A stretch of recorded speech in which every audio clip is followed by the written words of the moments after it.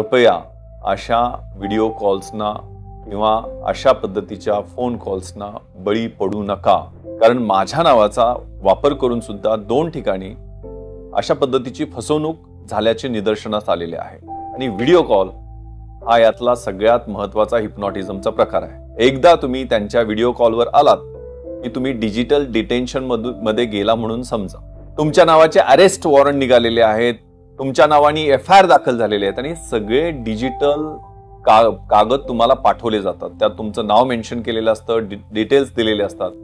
त्यामुळे तुम्ही घाबरून जाता आणि मग ते तुम्हाला ऑनलाईन पैसे ट्रान्सफर करायला सांगतात। हे एकदा ते तुम्हाला व्हिडिओ कॉलवर तुम्ही आलात की तुम्हाला आयसोलेट करतात। सध्या सायबर क्राईमच्या गुन्ह्यांमध्ये झपाट्यानं वाढ होत असल्याचं दिसून येतंय। बँकेतून बोलतोय असं सांगत या सायबर ठगांनी अनेकांना गंडा घातल्याचे प्रकार आपल्याला माहितीच आहेत। पण आता तर थेट ED, CBI आणि नार्कोटिक्स अधिकारी बोलतोय असं सांगून फसवणूक केली जात असल्याचे प्रकार समोर येत आहेत। पोलीस अधिकारी विश्वास नांगरे पाटलांचं नाव घेत या ठगांनी वृद्धांना गंडा घातल्याचं समोर आलंय। असाच प्रकार तुमच्यासोबतही घडू शकतो। त्यामुळे खुद्द पोलीस अधिकारी विश्वास नांगरे पाटलांनी एक व्हिडिओ प्रसिद्ध करून नागरिकांना या प्रकाराबाबत माहिती दिली। काय म्हणाले नांगरे पाटील ऐका। नमस्कार, मी विश्वास नांगरे पाटील 1997च्या बॅचचा IPS अधिकारी आहे। सध्या अँटी करप्शन ब्युरो महाराष्ट्र येथे ADG या पदावर कार्यरत आहे। हा व्हिडिओ मी नागरिकांना आवाहन करण्यासाठी बनवत आहे, कारण सध्या सायबर क्राईम हे खूप मोठं आव्हान नागरिकांच्या समोर पण आहे आणि लॉ एन्फोर्समेंट एजन्सीच्या समोर पण आहे। आणि यात नवीन मोडस, नवीन होण्याची पद्धत जी आहे त्यामध्ये वरिष्ठ अधिकाऱ्यांचं नाव घेऊन आणि ED, CBI, narcotics, cyber crime अशा लॉ एन्फोर्समेंट एजन्सीच्या नावाचा वापर करून नागरिकांना फसवलं जात आहे। यात विशेषतः ज्यांचं रेप्युटेशन अतिशय चांगलं आहे असे प्रोफेशनल, सिनियर सिटीजन्स, त्यात विशेष करून महिला या गुन्हेगारांचं टार्गेट आहे। त्यामुळं या गुन्ह्यांच्या बद्दल लोकांमध्ये अवेअरनेस आणि एज्युकेशन, जनजागृती होणं हे महत्त्वाचं आहे। आणि यासाठी हा अट्टहास, कारण माझ्या नावाचा वापर करून सुद्धा 2 ठिकाणी अशा पद्धतीची फसवणूक झाल्याचे निदर्शनास आलेले आहे। हे पहा, या गुन्ह्याची मोडस ऑपरेंडी अतिशय बेरक्या स्वरूपाची आहे। हे गुन्हेगार तुम्हाला व्हॉट्सअप मेसेज करतात। त्या मेसेजमध्ये ज्या नंबरवरून मेसेज आलेला असतो त्याचा एक टिपिकल लोगो असतो। ED, CBI, cyber crime, Mumbai police, Maharashtra police, narcotics bureau असा लोगो असतो। किंवा try, telephone regulatory authority of India सारखा ट्रायचा लोगो सुद्धा असतो की तुमचा मोबाईल फोन हा आम्ही बंद करत आहोत, कारण तुमच्या मोबाईल फोनवरून इलिगल ऍक्टिव्हिटी सुरू आहे। साहजिकच तुम्हाला त्याचा ताण येतो। दुसरा मेसेज येतो, त्यात दुसरा मोबाईल नंबर मेन्शन केलेला असतो की हा तुमचा मोबाईल नंबर आहे, त्याच्यावरनं इलिगल मनी लॉन्ड्रिंग झालेलं आहे। आता स्वाभाविकच तुम्ही त्या फोनवर कॉन्टॅक्ट करता आणि हा माझा नंबर नाहीये, ते लगेच तुम्हाला त्यांच्या झास्यामध्ये घेतात आणि दुसऱ्या एजन्सीला, सायबर क्राईमला कॉन्टॅक्ट करा, 1 तासात रिपोर्ट करा। रिपोर्ट करायचं नसलं तर आमच्यावर व्हिडिओ कॉलवर या। आणि व्हिडिओ कॉल हा यातला सगळ्यात महत्त्वाचा हिप्नॉटिझमचा प्रकार आहे। एकदा तुम्ही त्यांच्या व्हिडिओ कॉलवर आलात की तुम्ही डिजिटल डिटेन्शन मध्ये गेला म्हणून समजा। ते हिप्नोटाइज केल्यासारखे तुम्हाला सांगतात की तुमचे हे आधार कार्ड आहे, नंबर आहे, तुमचे KYC चे हे डिटेल्स आहेत, तुमच्या नावावरती 4-5 बँकेचे अकाउंट वेगवेगळ्या ठिकाणी खोललेले आहेत, त्याच्यावरनं मनी लॉन्ड्रिंग झालेलं आहे, मोठमोठ्या अंडरवर्ल्डच्या ट्रान्झॅक्शन्स मध्ये तुमचा हात आहे।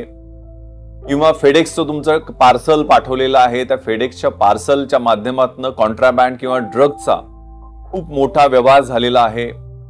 तुम्ही एखाद्या सेक्स्टॉर्शन रॅकेटमध्ये आहात, तुमच्या नावावरनं चाइल्ड पोर्नोग्राफी या फोन नंबरवरनं 20 लोकांना गेलेली आहे, त्यांनी तुमच्या विरुद्ध कंप्लेंट दाखल केलेली आहे। तुमच्या नावाचे अरेस्ट वॉरंट निघालेले आहेत, तुमच्या नावाने FIR दाखल झालेले आहेत आणि सगळे डिजिटल कागद तुम्हाला पाठवले जातात। त्यात तुमचं नाव मेन्शन केलेलं असतं, डिटेल्स दिलेले असतात। त्यामुळे तुम्ही घाबरून जाता आणि साहजिकच त्यांच्या भळक्यामध्ये येतात. ते म्हणतात की तुम्ही काळजी करू नका, तुमच्या बोलण्यावरनं तर वाटतंय की तुम्ही त्यात इनोसंट असाल, म्हणून आम्हाला तुम्हाला मदत करायची आहे. आणि इथंच गमक सुरू होतं. आणि मग ते तुम्हाला ऑनलाईन पैसे ट्रान्सफर करायला सांगतात. हे एकदा ते तुम्हाला व्हिडिओ कॉलवर तुम्ही आलात की तुम्हाला आयसोलेट करतात, थ्रेटन करायला सुरुवात करतात, इंटिमिडेट करायला सुरुवात करतात. ते सांगतात की तुम्ही तुमच्या घरच्यांनाही कळवू देऊ नका. तुम्ही आयसोलेट कसे व्हाल, वेगळे कसे व्हाल, याच्याकडे त्यांचा भर असतो. म्हणजे तुमच्या सगळ्या मुवमेंट, तुमचे लोकेशन्स हे कसे चालले त्याच्यावर त्याची ऑब्झर्वेशन 2 दिवस 3 दिवस ही प्रक्रिया चालू असते. काही तास पण ही प्रक्रिया सुरू असते. आणि त्यामध्ये मग ते तुम्हाला ऑनलाईन पैसे ट्रान्सफर करण्यासाठी उद्युक्त करतात. तुमचे जर FDs असतील त्या मोडायला लावतात. तुमचे म्युच्युअल फंड्स किंवा शेअर्स असतील ते लिक्विडिफाय करायला लावतात. किंवा तुमच्या म्हाताऱ्या आईवडिलांचे पैसे असतील ते ट्रान्सफर करून घ्यायला लावतात. आणि ते सगळे पैसे फंड लिगलायझेशन प्रोसेशन, म्हणजे बऱ्याचदा RBIचं एक खोटं असं अकाउंट तयार केलंय असं दाखवतात आणि ते अकाउंट कुणाच तरी असतं दुसऱ्याचं, त्याच्यावरती ते पैसे पाठवायला सांगतात. ते पैसे टप्प्याने दुसऱ्या अकाउंटवर जातं आणि ही फसवणुकीची प्रक्रिया चालू असते.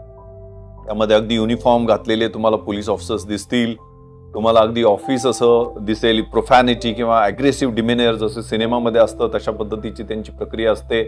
हे डिटेल्स तुम्हाला दाखवतात, ते ऑफिस सारखे असतात. त्यामुळे तुम्ही स्वाभाविक या जाळ्यात ओढले जाता.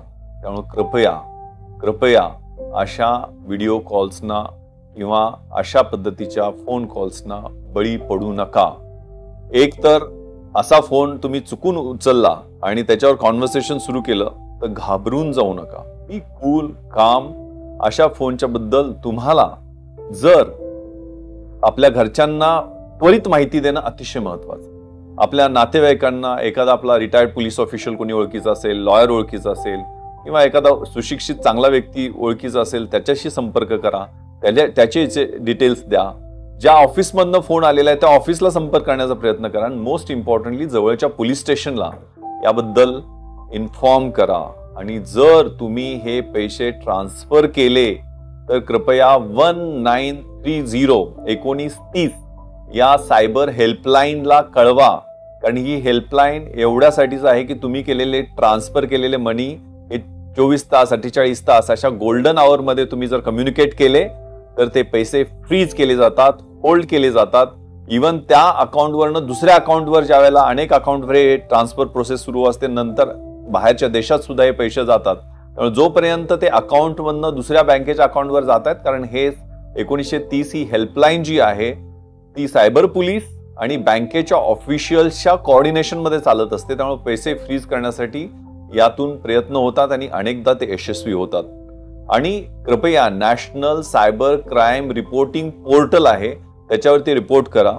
प्रत्येक पोलीस स्टेशनमध्ये सायबर सेल आता सुरू करण्यात आलेले आहेत. मेट्रोजमध्ये सायबर पोलीस स्टेशन डेडिकेटेड सुरू केलेले आहेत. मुंबईमध्ये 6 सायबर पोलीस स्टेशन आहेत. ग्रामीण भागामध्ये डिस्ट्रिक्ट हेडक्वार्टरला सायबर पोलीस स्टेशन आहे. तिथं जाऊन FIR द्या. पोलीस स्टेशनमध्ये सुद्धा जाऊन FIR द्या. तुम्हाला FIR देता येते, ती घेणं हे पोलिसांचं कर्तव्य आहे. कृपया अशा फसवणुकीला बळी पडू नका. तुमच्या आयुष्याची सगळी कमाईची पुंजी जी आहे ती क्षणातच लुटली जाऊ शकते आणि अनेक पोलीस अधिकाऱ्यांचे नावं वापरले जातात. कृपया हे ध्यानात घ्या. कुठलाही पोलीस अधिकारी व्हिडिओ कॉलमध्ये तुम्हाला इंटरॉगेशन करत नाही. तुम्हाला कुठल्याही पद्धतीचं डिजिटल डिटेन्शन केलं जात नाही. तुम्हाला असे अरेस्ट वॉरंट व्हिडिओ कॉल किंवा व्हॉट्सअपच्या माध्यमातून पाठवता येत नाही. ते ऑफिशियल पोस्ट ऑफिसनी किंवा मग पर्सनली समन्स किंवा वॉरंट्स घेऊन कॉन्स्टेबल येतो त्यांनी ते पाठवले जातात. त्यामुळे कुठलेही पोलीस अधिकारी व्हिडिओ कॉल करत नाहीत. कृपया अशा पद्धतीच्या फसवणुकीच्या पद्धतीला बळी पडू नका. धन्यवाद. जय हिंद.